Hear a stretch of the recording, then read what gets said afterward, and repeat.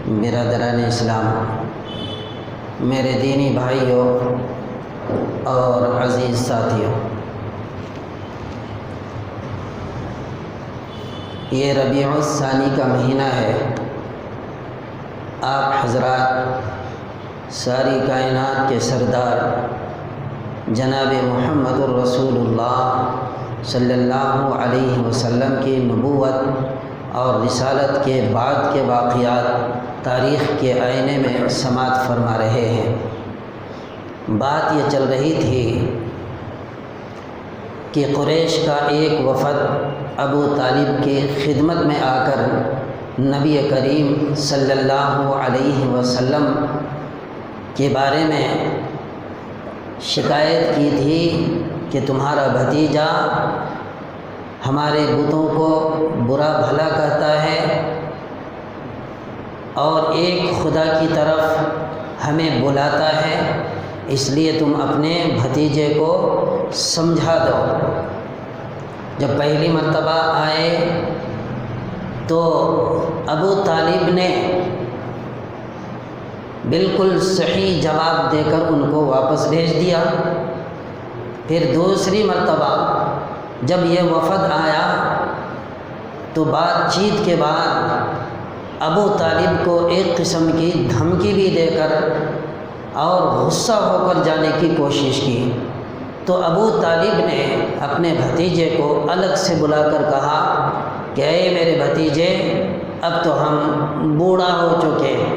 ہماری طاقت جواب دے چکی ہے، ہمارے اوپر اتنا وزن مت ڈالو جو ہماری طاقت اور ہماری استطاعت سے زیادہ ہو۔ تو بھتیجے نے جب یہ باتیں سنی تو یہ احساس ہوا ان کو کہ شاید ہمارے چچا اب ہم سے دستبردار ہونا چاہتے ہیں۔ تو اس وقت اللہ کے نبی صلی اللہ علیہ وسلم نے یہ فرمایا تھا کہ اے چچا، میں تو اپنے کام سے ہرگز دستبردار ہو نہیں سکتا جب تک کہ خدا کا کام پورا نہ ہو جائے، یا ایسا ہی کام کرتے کرتے میں ہلاک نہ ہو جاؤں۔ تو یہ دو جملے ایسے ہیں جو ابو طالب کے اوپر بہت زیادہ اثر انداز ہوئے، اور پھر انہوں نے سوچنے پر مجبور ہوا تو اپنے بھتیجے کو بلا کر کہا کہ اے میرے بھتیجے، اب میں تجھے دستبردار تجھ سے نہیں ہو رہا ہوں، بلکہ جب تک میرے دم میں دم رہے گا میں تمہاری مدد کرتا رہوں گا، تمہارا ساتھ دیتا رہوں گا اور تمہیں دشمنوں کے حوالے نہیں کروں گا۔ مطلب یہ کہ حالات بہت خراب ہو گئے، حالات بہت ابتر ہو گئے تھے، اب حبشہ کی طرف ہجرت کرنے کے حالات پیدا ہونے لگے۔ جب کفار قریش کو ان تمام کوششوں جو پہلے انہوں نے راستہ روکنے کی تھی ناکامی ہوئی، اور تبلیغ توحید کا سلسلہ برابر جاری رہا، تو ان کو فکر لاحق ہوئی کہ جس تحریک کو ہم اب تک بچوں کا کھلونا سمجھ رہے تھے، وہ اب نشو و نما پا کر اس قدر طاقتور ہوتی چلی جا رہی ہے کہ اس کا انسداد اب آسان کام نہیں رہا۔ انہوں نے متفقہ طور پر کمر باندھی، تیاریاں کیں اور رائے مشورے طلب کیے۔ حضرت صلی اللہ علیہ وسلم کو خانہ کعبہ کے اندر آنے سے روک دیا گیا کہ تم نہیں آ سکتے۔ شہر کے اوباشوں کو متعین کیا گیا کہ وہ حضرت صلی اللہ علیہ وسلم یا مسلمانوں سے میں سے کسی کو بھی جہاں کہیں دیکھیں تالیاں بجائیں، گالیاں دیں، راستوں میں گلی کوچوں میں چلنے پھرنے سے باز رکھیں، اور جس طرح سے بھی موقع ملے ان کو خوب ستائیں، خوب پریشان کریں۔ چنانچہ ضعیف اور کمزور مسلمانوں کو پورے جوش و عزم کے ساتھ تنگ کرنا اور ان کو ستانا شروع کر دیا۔ یہاں تک کہ مکہ کی سرزمین مسلمانوں کے لیے تنگ ہو گئی اور مسلمانوں کی زندگی دو بار بڑھ گئی، ان کے لیے وبال بن گئی۔ جب یہ حالت پیدا ہو گئی تو اللہ کے نبی صلی اللہ علیہ وسلم نے مسلمانوں کو ملک حبشہ چلے جانے کا حکم دیا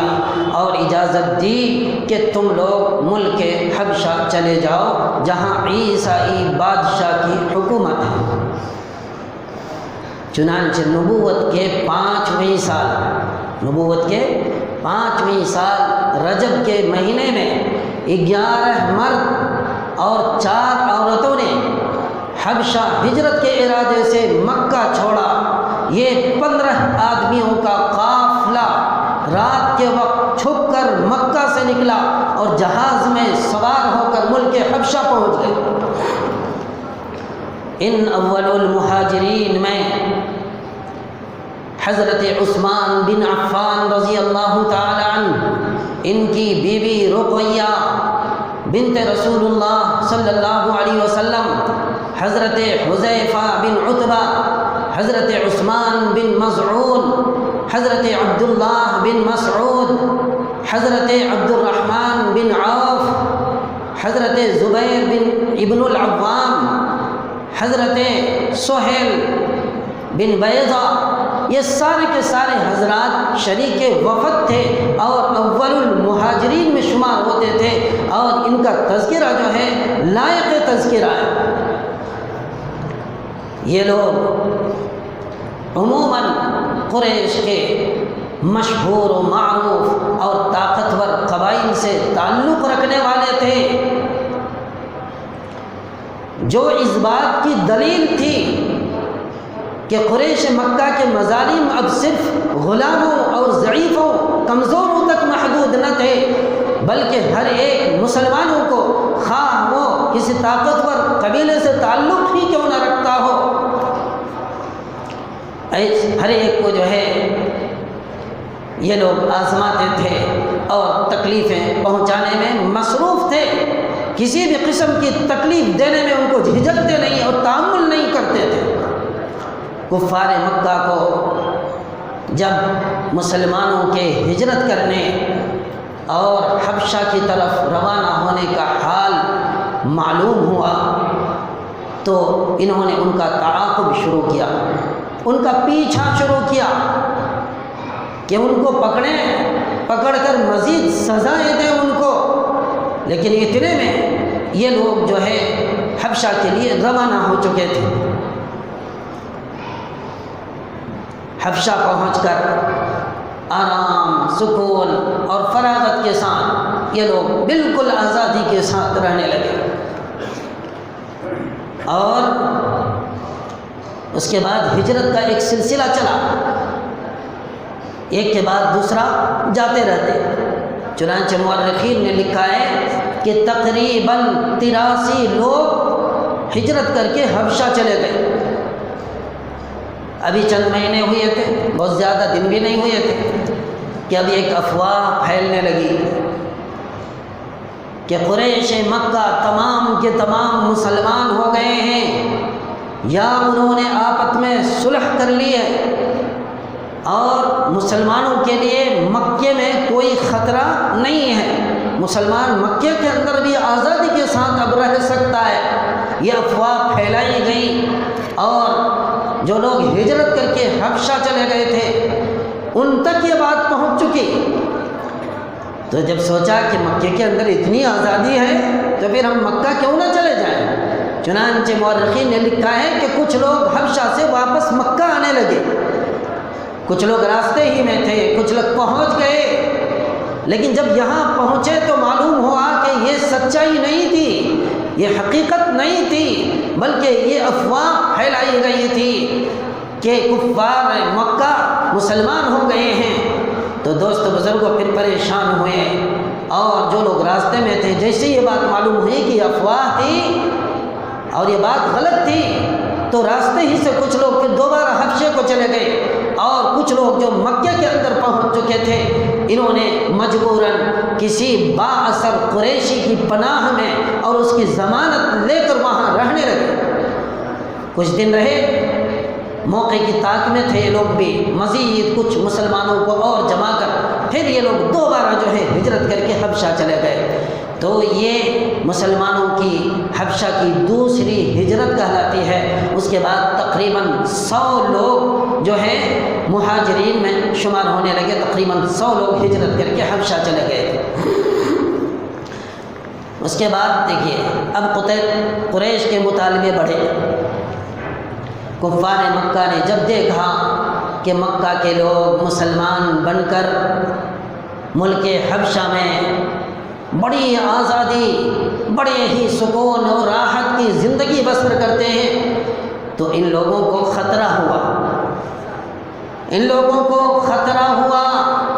کہ کہیں ایسا نہ ہو، یہ ممکن ہے کہ بڑی طاقت بن کر بتدریج اسلام میں تبدیل ہو کر باہر کسی جگہ مرکز بنا لیں اور وہاں جمع ہو کر پھر اس مرکز سے ہمارے اوپر کوئی آفت آئے، یہ لوگ پھر ہمارے اوپر کوئی حملہ کرنے لگے اور ہمیں پھر پریشان کرنے لگے، تو یہ معاملہ بہت گمبھیر ہوگا، بہت آگے بڑھ جائے گا۔ لہٰذا چالاکی سے انہوں نے آقا مدنی جناب محمد الرسول اللہ صلی اللہ علیہ وسلم اور ان کے ساتھیوں کو پھر زد و کوب کرنا اور پریشان کرنا شروع کیا، اور سختی میں سب سے زیادہ سختی کر دی تاکہ مسلمان دوبارہ پریشان ہوں۔ اور عمر بن عاص، عبداللہ بن ربیعہ، یہ دو معزز لوگ، معزز شخصوں کو سفیر بنا کر نجاشی کے دربار میں بھیجا گیا۔ ان لوگوں کے ہاتھ شاہ حبش کے لیے بڑے بڑے تحفے، بڑے بڑے ہدیے دیے گئے، قیمتی چیزیں ان کے حوالے کی گئی۔ چنانچہ یہ لوگ شاہ حبشہ کے دربار میں پہنچنے کے بعد بادشاہ سلامت کے حوالے کیے، درباریوں کو بھی اپنی طرف متوجہ کرنے کے لیے قیمتی تحفے دیے۔ اس کے بعد اپنا مطالبہ پیش کیا اور کہا کہ اے بادشاہ سلامت، ہمارے ملک سے کچھ بھگوڑے غلام آپ کے ملک میں آ گئے۔ کیا کہا کہ ہمارے یہاں سے کچھ غلام بھگوڑے آپ کے ملک میں آ گئے ہیں، یہ نہ اپنا آبائی دین پر ہیں، نہ آبائی مذہب پر ہیں،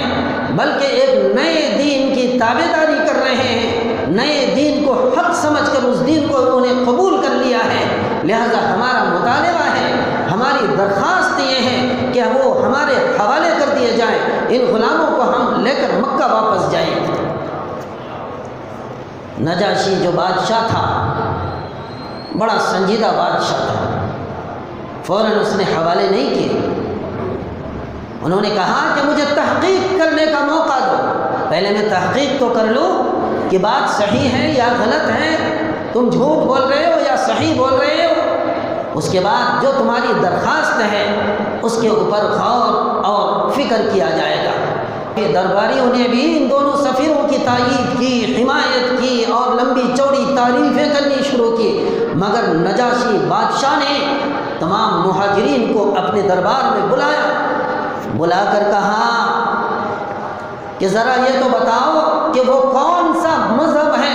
جسے تم نے اختیار کیا ہے، وہ کون سا دین ہے جسے تم نے اختیار کیا ہے۔ حضرت جعفر بن ابو طالب رضی اللہ تعالی عنہ مسلمانوں کی طرف سے سب سے آگے بڑھ کر نجاشی کی خدمت میں حاضر ہوا اور ایک بہترین اور خوبصورت اور زبردست تقریر فرمائی اور فصاحت و بلاغت کے ساتھ با اثر تقریر فرمائی۔ جعفر بن ابو طالب رضی اللہ تعالی عنہ نے جو تقریر فرمائی تھی اس کا خلاصہ یہ، کیا خلاصہ ہے؟ اے بادشاہ سلامت، ہم لوگ جاہل تھے، ان پڑھ تھے، پڑھنا لکھنا نہیں جانتے تھے، بت پرست تھے، بتوں کی پوجا پاٹ کرتے تھے، بدکار تھے، زانی تھے، فحش گو تھے، جھوٹی باتیں کرتے تھے، اور ہم میں کا جو طاقتور ہوتا وہ غریبوں کے اوپر اپنے سے نیچے طبقے کے لوگوں کے اوپر ظلم و جور کرتا، ان کا حق دبا لیتا تھا کہ اتنے میں ہمارے خداوند تعالیٰ نے ہمارے لیے ہم ہی میں سے ایک رسول بھیجا اور اس نے ہمیں دین حق کی تعلیم دی، اور یہ تعلیم دی کہ تم ایک خدا کی عبادت کرو اور بتوں کی پوجا پاٹ سے باز آ جاؤ، ان کی پوجا چھوڑ دو، بلکہ ایک خدا کی عبادت کرو اور راست گفتار بنو۔ چوری سے منع فرمایا، زنا سے منع فرمایا، پڑوسیوں کے ساتھ اچھا سلوک کرنے کا حکم دیا، اور اتنی ساری باتیں، اچھی باتیں جب سکھائی تو ہم اس کے اوپر ایمان لے آئے، کلمہ پڑھ کر مسلمان بن گئے۔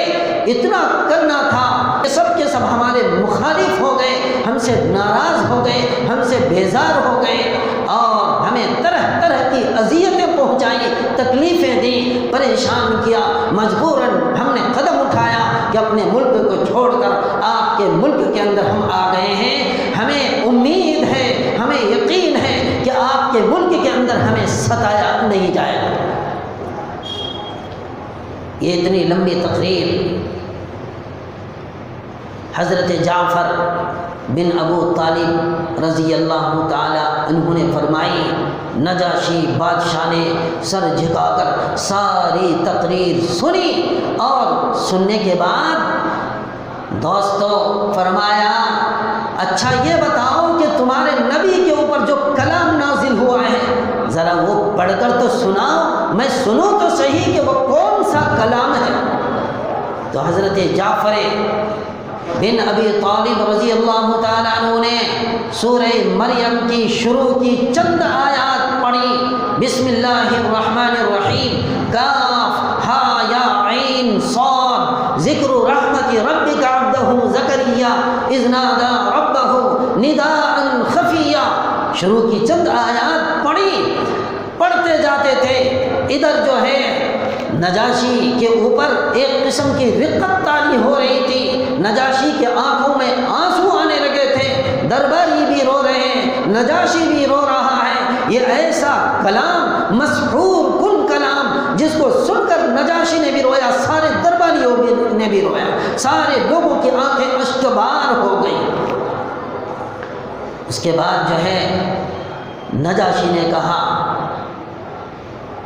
کہ تم نے جو کلام پڑھا ہے اس کلام کا رنگ و روح حضرت موسیٰ علیہ السلام کی توریت جیسی ہے، یعنی وہ کلام اور یہ کلام یکساں معلوم ہو رہا ہے۔ یہ تو توریت پڑھے ہوئے تھے، ساری چیزیں ان کو معلومات تھیں۔ دوستو اس کے بعد جب دیکھا اپنی تذلیل محسوس کرنے لگے قریش مکہ، تو ایک دوسرا ایٹم بم وہاں رکھا اور کہا آپ کو کچھ پتہ بھی ہے کہ ان کا عقیدہ حضرت عیسیٰ علیہ السلام کے بارے میں کیا ہے؟ آپ کو پتہ نہیں ہوگا، یہ حضرت عیسیٰ کے بھی مخالف ہیں۔ یہ کیوں کہا؟ اس لیے کہا کہ اگر مسلمانوں کے یہ عقیدے نجاشی بادشاہ کے سامنے رکھے جائیں گے تو چونکہ یہ عیسائی ہیں اور عیسیٰ علیہ السلام کے خلاف کوئی بات سننا پسند نہیں کریں گے تو غصے میں آ کر مسلمانوں کو نکال باہر کریں گے۔ دوستو اس کے بعد جو ہے حضرت جعفر بن ابو طالب رضی اللہ تعالی عنہ نے فرمایا کہ نہیں، ہرگز نہیں، یہ جو کہہ رہا ہے غلط کہہ رہا ہے۔ ہمارا عقیدہ حضرت عیسیٰ علیہ السلام کے بارے میں ہے کہ هو عبد اللہ ورسولہ وکلمۃ القاہا الی مریم وروح منہ۔ کیا فرمایا؟ حضرت عیسیٰ علیہ السلام کے بارے میں ہمارا عقیدہ یہ ہے کہ وہ اللہ کا بندہ ہے اور اللہ کا پیغمبر ہے، اللہ نے رسول بنا کر لوگوں کی ہدایت کے لیے ان کو بھیجا تھا۔ وکلمۃ القاہا، اور وہ اللہ کا کلمہ ہے جس کو اللہ نے حضرت مریم علیہ السلام کی طرف ڈالا تھا، وروح منہ، اور اسی کی طرف سے بھیجی ہوئی یہ روح ہے۔ اتنا کہنا تھا کہ نجاشی نے کہا کہ تم لوگوں نے بالکل سچ کہا، جتنا تم نے کہا اس سے کچھ آگے نہیں، اور جتنا تم نے کہا اس سے کچھ پیچھے نہیں، بلکہ ہو بہو سچی باتیں تم نے پیش کر دی۔ تمہارا عقیدہ حضرت عیسیٰ علیہ السلام کے بارے میں بالکل درست عقیدہ ہے۔ اتنا کہنا تھا دوستو، ان لوگوں کی شکست ظاہر ہو گئی۔ بادشاہ نے کہا کہ خبردار، میں ان مہاجرین کو تمہارے حوالے نہیں کر سکتا، تمہارے ساتھ ان کو بھیج نہیں سکتا جب تک وہ ہمارے ملک میں رہیں گے، ہماری پناہ میں رہیں گے، آزادی کے ساتھ وہ اپنے مذہب کے اوپر عمل میں کرتے رہیں گے، کسی قسم کی کوئی رکاوٹ ان کے لیے نہیں ہوگی، اور تم یہاں سے فوراً نکل جاؤ۔ وہاں سے نکل جانے کا حکم صادر کر دیا گیا۔ بادشاہ نے کہا اب تمہیں یہاں رہنے کی گنجائش نہیں ہے۔ تو دوستو، اللہ تبارک و تعالیٰ کے دین کو روکنے کے لیے، دین کے اندر رکاوٹیں پیدا کرنے کے لیے، اگر کوئی شخص اسلام کو ختم کرنے کے لیے اگر کوئی شخص آگے بڑھے گا تو اللہ تبارک و تعالیٰ ان کو ذلیل اور رسوا دنیا ہی کے اندر کریں گے۔ چنانچہ ان قریش مکہ کو جو ہے اللہ نے ان کو تذلیل فرمائی، ان کو رسوا فرمایا کہ ان کو واپس جانا پڑا، اور مہاجرین نجاشی کی پناہ میں جب تک رہے آزادی کے ساتھ رہے۔ اگر آج کے ماحول میں بھی کہیں ملک کے اندر اس طرح کے حالات پیدا ہوں کہ آزادی کے ساتھ وہاں دین کے اوپر عمل کرنا دشوار ہو، تو حکم دیا گیا ہے کہ تم اس جگہ کو چھوڑ دو، منتقل ہو کر دوسری جگہ جاؤ جہاں آزادی کے ساتھ تو اپنے دین کے اوپر عمل کر سکتے ہو۔ تو اللہ سے دعا فرمائیں کہ اللہ پاک ہمیں بھی آزادی کے ساتھ دین پر عمل کرنے کی توفیق نصیب فرمائیں۔